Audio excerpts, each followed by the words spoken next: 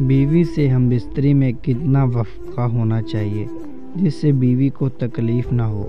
بیوی کو منانے کا آسان طریقہ۔ مباشرت کب اور کتنی مرتبہ کرنی چاہیے اس کے متعلق کوئی اصول نہیں بتایا جا سکتا، مگر ہر کام کی زیادتی بری ہوتی ہے۔ کبھی کوئی کام حد سے زیادہ نہیں کیا جانا چاہیے۔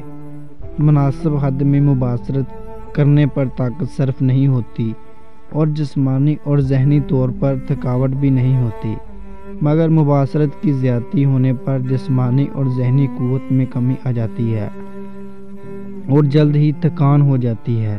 اگر پوشیدہ اجزاء سے ضرورت سے زیادہ کام لیا جائے گا تو تھک جائیں گے، اور جس طرح بہت تھکے ہوئے گھوڑے کو چاہے جتنا پیٹیں وہ اٹھے گا ہی نہیں۔ یہی کیفیت مباشرت کی زیادتی ہے۔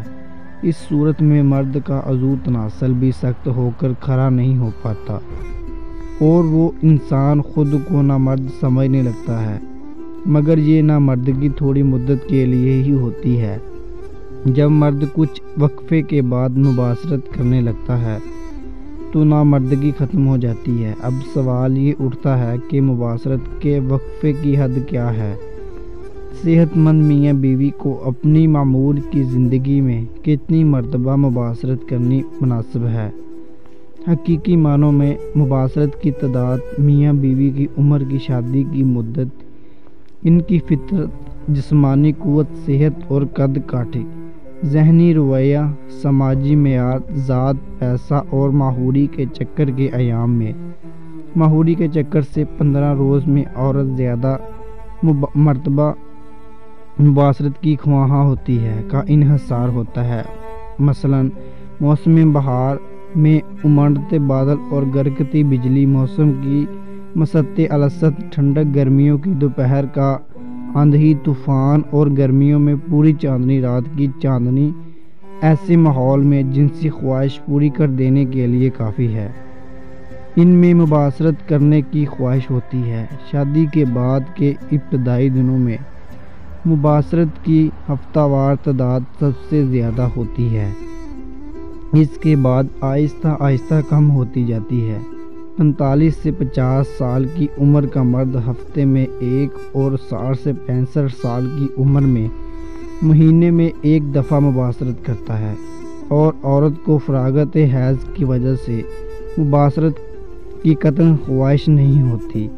میرے تجربے کے مطابق ایک کے بعد دوسری مباشرت کم سے کم ایک دن رات یعنی 24 گھنٹے بعد کرنی چاہیے، خواہ نیا شادی شدہ جوڑا ہی کیوں نہ ہو۔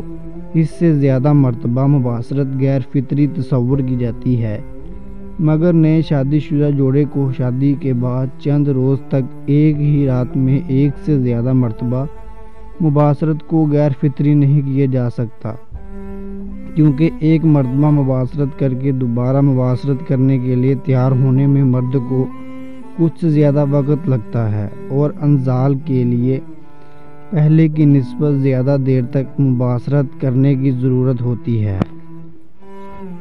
لہٰذا اگر بیوی پہلی مرتبہ مباشرت سے پوری طرح مطمئن نہیں ہو سکتی ہے تو دوسری مرتبہ مرد کے دیر سے انزال ہونے سے بیوی کے مطمئن ہونے کا امکان بڑھ جاتا ہے۔ سرعت انزال میں مبتلا کچھ مرد اس قسم کے ہوتے ہیں کہ پہلی مباشرت میں اپنے عضو تناسل کو صحیح طور پر اندام نہانی میں داخل نہیں کر پاتے، اور عضو تناسل کے اندام نہانی میں داخل کرتے ہی نہیں انزال ہو جاتا۔ ایسی صورت میں اگر ایسا شخص دوبارہ مباشرت کرے گا تو کامیاب ہو جائے گا، کیونکہ اب رکاوٹ کی مدت بڑھ جائے گی، یعنی وہ دیر سے چڑھے گا، جس سے اس کی بیوی کی جنسی آسودگی ہو جائے گی اور ہسٹریا وغیرہ کے دماغی امراض سے آڑی رہے گی۔ ایسی صورت میں ایک رات میں ایک سے زیادہ مرتبہ مباشرت کو غیر فطری نہیں کہا جا سکتا۔